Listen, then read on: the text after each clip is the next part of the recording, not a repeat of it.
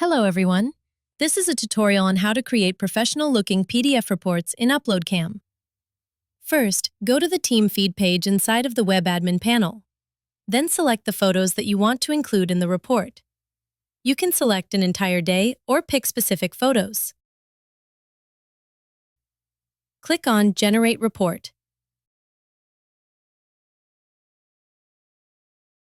Enter the title of your report and any information you want to show in the header of the report.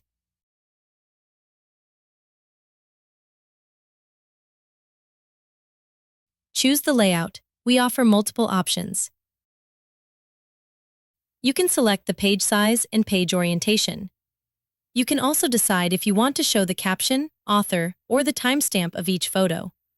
Then finally, click on Create Report.